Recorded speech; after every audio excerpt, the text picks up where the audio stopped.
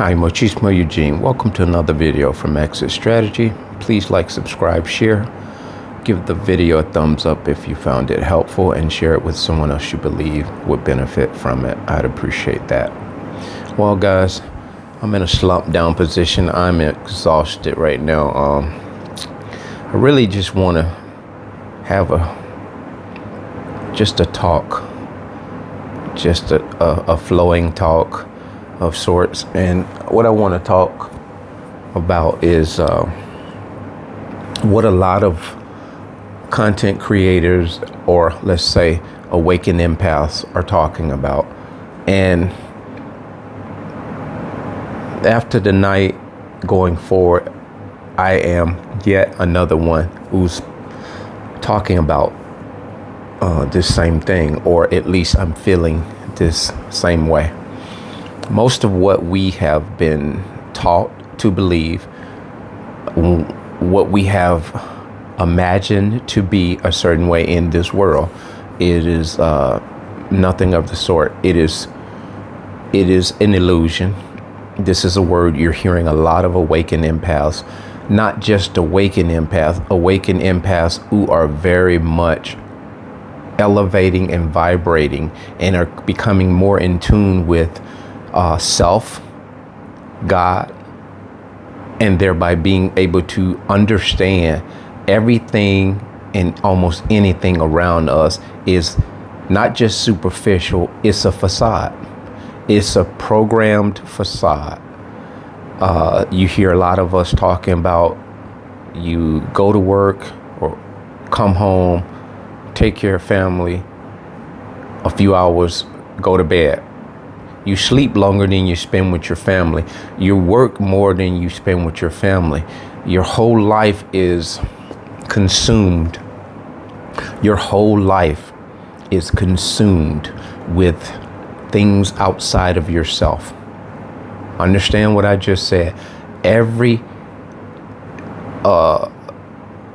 part, or almost a large part of your life, is consumed by things outside of you that don't serve you. They're serving things and entities outside of you. We're not talking about you all are thinking, oh, I love what I do, is helping people. That is a big component of what I'm trying to get at. You are programmed to believe because you're doing a noble deed in life.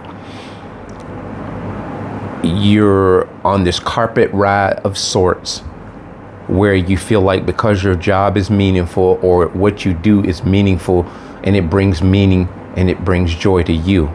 That's fine and well.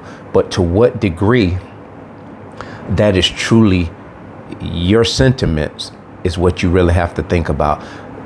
Most often, if you deep dive into this, you'll see where you're not so much your constituents or your your co-workers are stroking your ego. You have most often higher ups. There are people specifically put in place to continue to stroke your ego, to keep you coming back to that job, to tell you you're doing a good job, to the point where you become codependent on those praises. And then that job that you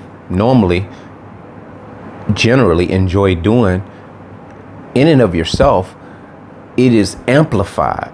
So even on days when you don't feel your best and you should be calling in, you should be taking care of your mental health, you should be taking care of your physical health, you dig deeper, you plow through the cold, then it ends up being pneumonia, then it ends up being stress, then it ends up being a doctor's visit. So these are just pieces to a very sadistic puzzle that is being played on all of us in the whole wide world. Narcissists are playing this game on narcissists, unaware narcissists. The aware, what you call the unaware, what you call the aware, the very aware, high-ranking narcissists, most often in secret societies. They're the movers and shakers of the world. They are the company owners, the billionaire, trillionaires, and the likes. They are working behind the scenes, and they recruit minions of a lower standard or in another lower category to go out and summon the troops, if you will. They're sweeten the tea. They will sweeten the tea and do a job fair. They will give you a uniform and a name badge. They will give you a walkie-talkie. They will give you a badge. They will give you a plaque. They will give you an honorable mention. Need I go on, guys? Some of you are in the capacities of which I'm talking about, and you may like what you do, but because of these entities that are existing in and around your life and your livelihood, you don't love what you do. You like what you do, but you don't love what you do. And you should be able to love what you do and be able to go and do it in a healthy, not stress-free fashion, because some jobs are stressful. But empaths, we do well under stressful situations if we don't have narcissists coming around, taunting and intercepting our good nature and jumping out of the bushes, trying to create havoc needlessly. You know, I'm using metaphors, but looking back, you can see it doesn't matter how far you go in life, in jobs, in occupations, there is an emptiness that we all end up in conclusion. But before you awakened, you knew it was something that made you come up short in the way that you knew it was something. A lot of us grumble about, man, you know, I need to find another job. You know, I'm retiring after this year. And then you went on, you put a few more years in because you had bills, you had this, you had that. In the normal scheme of life, whatever that is, if you would have lived a normal life, because most of us didn't live a normal life, because again, the narcissist interrupted the life that we were supposed to be living in, what do you call a progressional, functional way. They came in with their dysfunctional asses, and they intercepted and diverted and distracted us from a lot of times we would have a lot of momentum going. They would screw with our momentum. They would screw with our zen. They would screw with our balance to the point where our attention would be taken away from what we're doing. We would be consistently progressing and achieving and working towards common practical goals. And all of a sudden, you got to end up diverting your attention to Joe Sausage Sandwich Head, which is the narcissist, and you end up not knowing why you're still at the end of the line when you should be at the finish line. Now, this may seem a little skewed, a little blurred, but once you come to a point where you've awakened to a point where you're now beginning to see a lot of what you're doing in the world is a very useless. It's a useless endeavor. It's useless. You know, you may have a house, you may have a mortgage. Someone said on a TikTok, you don't own anything. When you pay the house off, you continue to have to pay land tax, school tax, whatever other taxes you have to pay. So then you have to pay insurance on that house to the day you die. So these are things. So your house is never completely yours. And same as with cars. You know, to own them, you pay for them, and people may say, well, you know, what are you talking about? This is what I'm trying to get you to understand. Nothing is yours in this world. Cut and dry, cut and free. Now that you're awakened, you realize there's only one thing that you really possess, truly possess, and that is your sanity, your sense of self. You owned your sense of self. You owned you. You own you and your peace of mind. But before we gave that, or we loaned it, or we allowed the narcissist to borrow a vast majority of our energy, our time, our attention. And the one thing that you can take away from the narcissist is the time that you gave. You can take that now, because time is what the narcissist needs in order to afford them your attention. You must give them the time of the day in order for them to have that attention. Because if you're giving them time to either converse with you, interrupt whatever you're doing, your progress in life, that is the time you're giving them. Since I've been awakened, I don't have time to waste time. I'm exhausted at the end of the day. Would love to make more videos, but I'm just basically trying to keep my head above water financially, after this injury to my foot. And even before then, let's not even talk about the foot injury. There's a lot of things once I really truly knuckle down and look at life for exactly what it is. And everybody's feeling inflation, but what is that? Things costing more than they should cost. It has always been that way, and it's going to get worse and worse and worse.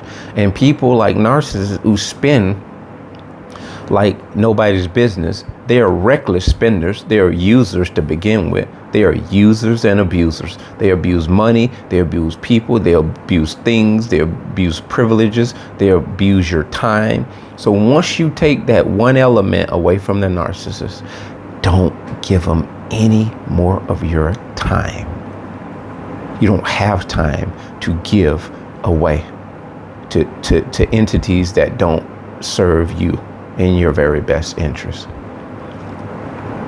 And in a way, you really have to learn as empaths, and this is a hard one, to be selfish with your time in a real way, not a mean way. You just have to know that your time is valuable and you don't get it back once you've given it to someone else needlessly, recklessly, just because you think you're a good person. Don't give your time to people just because it's you believe it's the good thing to do. Determine your time and how you give it to people, because you're going to need every moment of your time going forward, being awakened, to process the things that are ever developing in front of you. Just like when I began this video, there are things in my life that are developing. I'm seeing things exactly the way they are. I'm no longer seeing things in a big way, in a way that I imagined them to be before. They don't look the same. They don't feel the same. It don't look the same. And it does not appear the same. It is just not what it was prior to waking up. And that could be anything from something very small to something very significant in life. You have to look at each and every individual thing for yourself and analyze it as you're awakened, as you're awakening, because there are processes to awakening. Once you start getting more and more in tune with yourself, which is spending a lot of time with yourself, because you need it. 5 years in, and I still am appreciating more and more and more of my alone time. Even when my children are not with me, I appreciate the time that I have by myself. Relationships, I thought maybe, at one point in my awakening that I would really, truly, wouldn't mind a relationship. That is the least thing on my mind right now. Obviously, I would be lying if I said that the desire to have a woman, preferably an empath, most definitely an empath that is so in tune with herself that we can speak to each other without even uttering a word. We can be in a department store or in a park sitting, and we can see some of the same things that are developing, the same things that are unfolding right in front of us. And we can look at each other and say,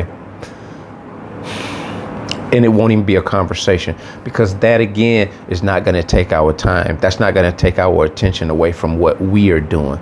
We are gelling. We are elevated. We are moving in a parallel fashion. We have true love for one another. We have true appreciation for one another. And again, we're learning as we are awakening, because an awakening is from now until the day that we're no longer here. I don't think awakening is a once and done, because you go from awakening to narcissistic personality disorder abuse to now you begin to awaken to all the crap and the foolishness in this matrix type world we live in. Nothing you see that is happening is what you really see. Propaganda is being spread. It is designed that way to keep our focus away from us and to put it on things and other people. From the media, to give them your time to tune into that. And don't get me wrong, we all consume this stuff. But what I'm saying is, when, for example, me as an empath awakened, I consume this information, not so much to sensationalize it and pass it on down the line at the break room, at the workplace. It is something I may speak of because I'm engaged and concerned about the matter in a way where I know that something has to be done. We must become gatekeepers of our world, of humanity, in a way where we want to see this world, at least the people in it, elevate to the best of their ability. You know, we're not really so much concerned about the world itself and the things in it. We want the people living in this world, first of all, to be in tune with themselves so they won't be destroyed by these dark entities. And whether they're trying to attain to wealth, good job or whatnot, that's secondary. We really want the primary focus is for them to be aware of the fact that most of what you see in this world is a facade. Challenge yourself, have the drive to achieve something and to have some self-satisfaction and some joy that you are helping somebody else. You're making this world a better place, or you're elevating other people to be movers and shakers, being gatekeepers and being big brothers and being overseers of those that without you in your presence would not be able to defend themselves, whether it's socially, mentally, emotionally, spiritually. This is a lot of stuff that I'm talking about, and it sounds like I'm talking in general, and maybe I am, but in a way I'm talking in specific aspects. You have to search your own mind and see exactly what this all means, because when you're awakening, you are continually awakening. These things are becoming eye-opening. They're becoming, I don't know, they're jarring, very jarring to you, because you look at your life and you say, man, all my life I've went out, I got myself in this, I got myself into that, and here I am now.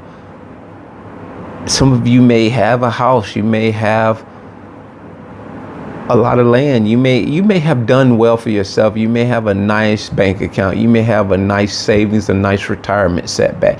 But if you're an awakened empath and you've experienced narcissistic personality abuse, say by a family member, and now you're looking back at your life and how they tweak the screws in that thing that you achieved that brought you all of this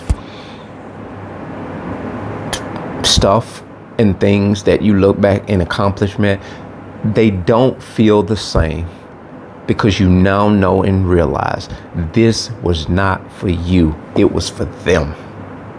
It was for them. Now you have to enjoy your life in a whole different way, notwithstanding those things. And here's the good news. You don't have to be down in the dumps because you got played. Now you can go on, enjoy you.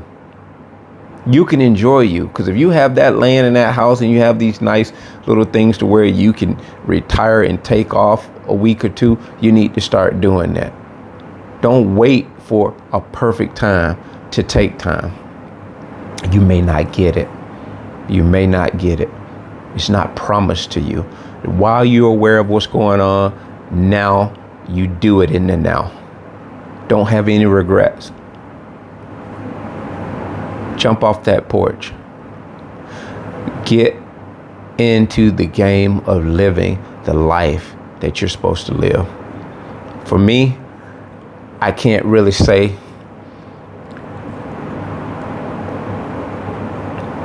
where I want specifically to be in the next 2 years, but I do have a plan, and not just a plan up here. I have a plan on paper. I don't know what a financial backing is going to come from, but I tell you this, I'm a mind that has a resourceful tenacity. Resourceful tenacity. That means without the financial money, I am tenacious when it comes to my mindset. I will think my way through. I will pray my way through. And I will observe my way through. In a whole new way from times past. I'm approaching similar things that I was attempting before, but with a new mindset. It's not for a lot of the superficial reasons that I wanted to attain things before. And I wasn't that superficial before I awakened, but I was more superficial than I should have been. Because I'm going to tell you, most of the things that most people want, I don't even need, I don't even care about. My peace of mind, my time, and my sanity is the most important thing to me. And in order to get that, you have to be in tune with God. You have to be in tune with God, yourself. And that way you're able to see these things around you. You're able to see these things around you when, without looking for them, they find you. And the more you begin to do this, it won't be so nerve-wracking. It won't be so jarring when you see it. It'll begin to just fall in place, and you'll be able to accept things such as I am now that to most people seem weird. I don't really want to do YouTube. I wish I didn't have to be on YouTube. I wish I didn't have to speak about these type of things. And when I say I wish I didn't, I don't really mean it in the way that I hate I'm doing it. It would be nice if this was not the reality that I was living in. But of course, if this was not the reality I would be living in, what other reality would I be living in? The false reality. So being truthful and being transparent with that statement, now I have to revert back to introspecting that whole thing I just said. And guess where I arrive at? I'm exactly where I'm supposed to be. I'm doing exactly what I'm supposed to be doing. Whether I want to do what I'm doing now, I need to do what I'm doing now. This is the meaningful thing in my life. This is the meaningful thing in my life that I know before it was for other people. Now I'm doing what makes me happy for me. It makes me happy for me. And I hope what I'm doing reaches somebody in a major way for the long haul. Because when I awakened and got out of that situation with the narcissist, man, that was not something that was supposed to happen. And if you never remember anything I said, remember that, man. If you're out of a narcissistic, abusive relationship, whether it's family or whatever, if you got away, man, You are a blessed individual. Take that to heart and take note of that. No going back, no going to sleep, no becoming laxed, because these are the things that are going to keep you in that place, doldrum. You're not going to see any progress that you have made. You're going to just be happy you're out of that relationship, happy you're away from them. You want more than that. You want to be happy you're away from them, but you want to be in tune and aware of the things around you. Because the way that you look at things now outside of that matrix type of mindset, this is the way God wants you to see things. Until he starts putting more on your plate, just feast off of what he's giving you. And I believe you will come to a point in a conclusion that a lot of us have come to. Most of what we're seeing in this world is a facade. Nothing that we're doing in this world is meaningful for the most part, especially if we're doing it in this world, of this world, for this world. Most of it is not for you. It is for the powers that be in this earth. So I would love to be doing things for God, whether I'm reaping rewards for them or not. My heart is content. I know this is what I want to do. This is where I'm supposed to be, whatever it is, wherever I am. And I say this, meaning whatever it is. And so with that being said, guys, I want you to really, really, truly realize there is more awakening to come. There is an awakening after the awakening.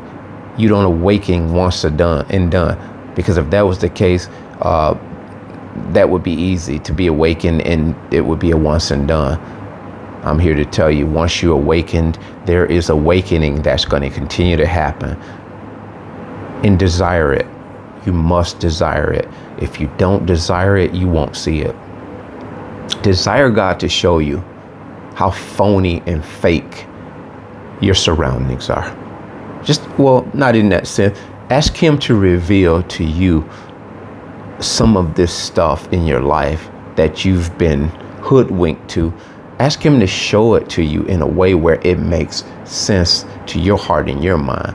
And I guarantee you, he will reveal it. If not through his word, he'll reveal it through somebody here on YouTube talking about these entities, because this is spiritual, man. This is a spiritual overthrow of God's chosen elect.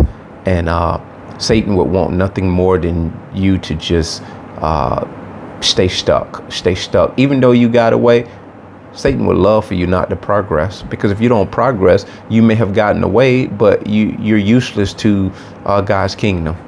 So be useful and just continue to be awakened and continue awakening on a regular basis. That being said, bless.